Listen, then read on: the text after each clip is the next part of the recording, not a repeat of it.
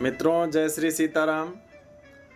आज कथा का शीर्षक है राम से बड़ा राम का नाम। एक दिन महाराज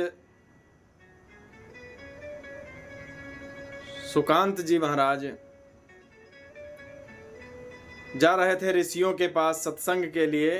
तब तक बीच में नारद जी महाराज मिल गए। कहा, महाराज कहाँ जा रहे हो? कहा, ऋषियों के संतों के बैठक में हम जा रहे हैं, वहीं जाकर के सबका आशीर्वाद ग्रहण करेंगे। कहा, एक काम करना, सबको प्रणाम करना, लेकिन महाराज विश्वामित्र यदि दिखे ना तो उनको प्रणाम मत करना। कहा, महाराज क्यों, ऐसा क्यों? कहा, बात ये है कि वो भी क्षत्रिय हैं और तुम भी क्षत्रिय हो, वो भी राजा हैं और तुम भी राजा हो, उनको प्रणाम क्यों करना? कहा, ठीक, बात सही है। अब राजा सुकंत जी महाराज पहुंचे, सभी को प्रणाम किया और विश्वामित्र जी को प्रणाम नहीं किया। विश्वामित्र जी महाराज को क्रोध आया और वो आकर के अयोध्या में आवाज लगाए। किसको? भगवान राम को। लखन लाल जी प्रहरी थे और भगवान राम तो निद्रा में थे, आराम कर रहे थे, सो रहे थे। लखन लाल जी ने कहा, गुरुवर आप हमें बताएं, भैया तो सो रहे हैं। गुरुवर ने कहा, जिसका राजा सोता होगा ना, उसकी प्रजा की यही दशा होगी। कहा, क्या हुआ गुरुदेव? कहा, राम को बुलाओ। जब भगवान राम समक्ष आए तो गुरुदेव ने कहा, क्यों सो रहे थे? जिसका राजा सोता होगा उसकी प्रजा की यही दशा होगी। कहा, महाराज आप बताइए तो क्या हुआ? कहा, हमारा अपमान हुआ। कहा, अपमान हुआ? अरे जिसने भी तुम्हारा अपमान किया होगा, हे गुरुदेव, मैं आपके चरणों की सौगंध खाकर कहता हूं, वो सर नष्ट कर दूंगा, सर काट डालूंगा। गुरुदेव ने कहा, ऐसा ही होना चाहिए। आज भगवान श्री राम तैयारी बनाने लगे युद्ध के लिए कि उसको मारना है जिसने हमारे गुरु का अपमान किया है। उधर जब महाराज को पता चला कि हमने ऐसी ऐसी गलती की है और इस पर स्वयं भगवान श्री राम हमें दंड देंगे, हमें प्राण दंड देंगे, दौड़ता हुआ नारद जी के पास पहुंचा। हे नारद जी, कहाँ हो? हमारी रक्षा करो, प्रायमाम हमारी रक्षा करो। नारद जी पहुंचे। कहा, क्या हुआ? नारद जी कौतुक बहुत जल्दी करते हैं। कहा, क्यों, क्या हुआ? कहा, अरे तुम्ही ने बताया था कि ऐसा करना और आज देखो हमारे पीछे मृत्यु घूम रही है। कहा, कुछ नहीं होगा तुम्हें। कहा, महाराज कोई उपाय बताओ। कहा, ठीक है, यदि उपाय पूछ रहे हो तो उनसे वैसे बचा तुम्हें कोई नहीं सकता, लेकिन उपाय पूछ रहे हो, चलो बता रहे हैं। क्यों? क्योंकि राम से बड़ा राम का नाम। आज नारद जी पहुंचे और एक पहाड़ पर खड़े हुए कहा, देखो सामने वो जो झोपड़ी दिख रही ना, वो दूर, उस झोपड़ी में माता अंजना रहती हैं। माता जी के पास जाना और माता जी के चरणों को पकड़ लेना और तब तक नहीं छोड़ना जब तक माता जी कह न दें कि मैं तुम्हें बचा लूंगी। आज राजा जी पहुंचे और माता जी के चरणों में गिर गए। माता जी को आवाज लगाते ही माता जी बाहर निकली, चरणों में गिर गए। कहा, मैया हम तुम्हें छोड़ेंगे नहीं, हमें बचा लो। कहा, क्या हुआ? कहा, महाराज विश्वामित्र जी महाराज हमें जीवित नहीं छोड़ेंगे। कहा, क्यों, क्या हुआ? कहा, बात ये है कि हमने ऐसी ऐसी गलती की है तो विश्वामित्र जी महाराज हमें जीवित नहीं छोड़ेंगे। कहा, कुछ नहीं होगा तुम्हें, बताओ। कहा, महाराज ने कहा, मैया हमें बचाओ। कहा, ठीक है, मैं बचा लूंगी। कहा, ऐसे नहीं, आप हमसे कहो, मैं आपके पुत्र की भांति हूं, आप मुझे बचा लें। कहा, ठीक है, उठो, हम बचा लेंगे। रोज की भांति हनुमान जी शाम को घर वापस आए, मैया जी को प्रणाम किया। कहा, माँ आज बहुत चिंतित दिखाई दे रही हो। मैया ने कहा, मैंने किसी को बचाने का वादा किया है। कहा, किसी को? कौन है? कहा, पहले बताओ कि तुम उसे बचाओगे।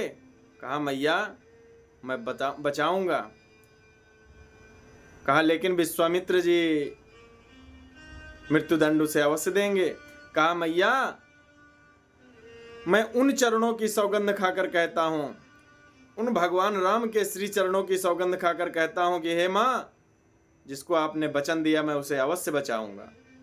मैया ने कहा, बाहर निकलो भैया, अब कुछ नहीं होगा तुम्हें। इधर हनुमान जी ने जब देखा कि राजन, अरे तुम यहाँ कैसे? मैया ने कहा, इन्हें तो बचाने का तुमसे कहा है। कहा ठीक है। आज बजरंग बली तुरंत पहुंचे कहाँ? अयोध्या धाम। देखा कि सजावटी हो रही है, रथ सजाए जा रहे हैं युद्ध के लिए, सेना तैयार की जा रही। कहा महाराज कहाँ जा रहे हो? कहा युद्ध है। किसे? राजा सुकंत को मारने। कहा महाराज माफ कर दो। कहा माफ नहीं करेंगे, हमारे गुरुदेव का अपमान हुआ है, माफ कैसे कर सकते हैं? कहा महाराज माफ कर दीजिए। कहा नहीं, हम गुरु के चरणों की सौगंध ले चुके हैं, हम माफ नहीं करेंगे। तो हनुमान जी मुस्कुराते हुए बोले, महाराज हमने भी अपने इष्ट देव के चरणों की सौगंध ले ली है कि हम उसे बचाएंगे। प्रभु मुस्कुराए। कहा हनुमान ये तुमने क्या किया?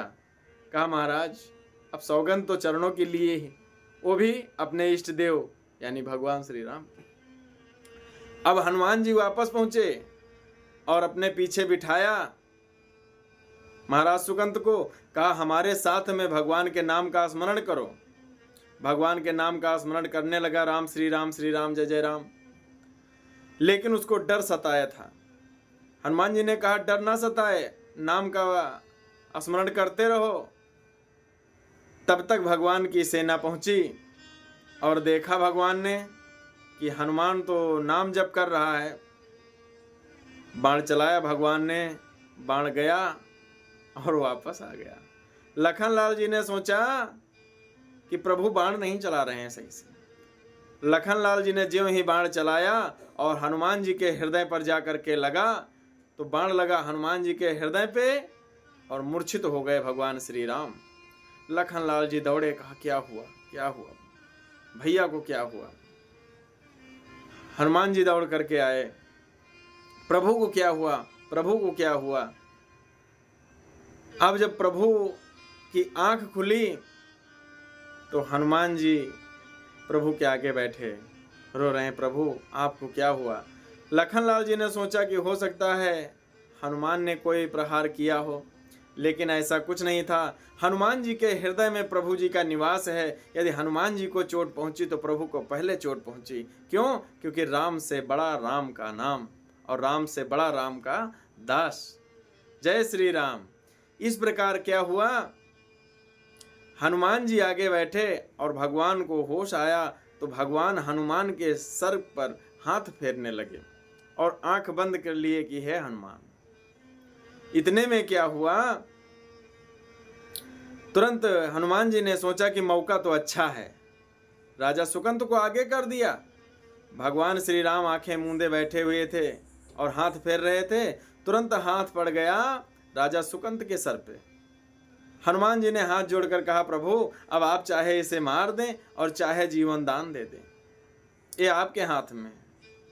वैसे जिसके सर पे आपका हाथ हो फिर उसे मार कौन सकता है महाराज। इतने में क्या हुआ, गुरुजी आ गए। भगवान श्री राम ने कहा मौका अच्छा है।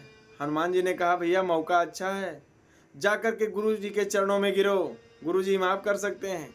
जा करके महाराज सुकंत दौड़ करके गए और गुरु जी के चरणों में गिर गए। गुरु जी हमसे बहुत बड़ी गलती हुई, हमें बचाओ।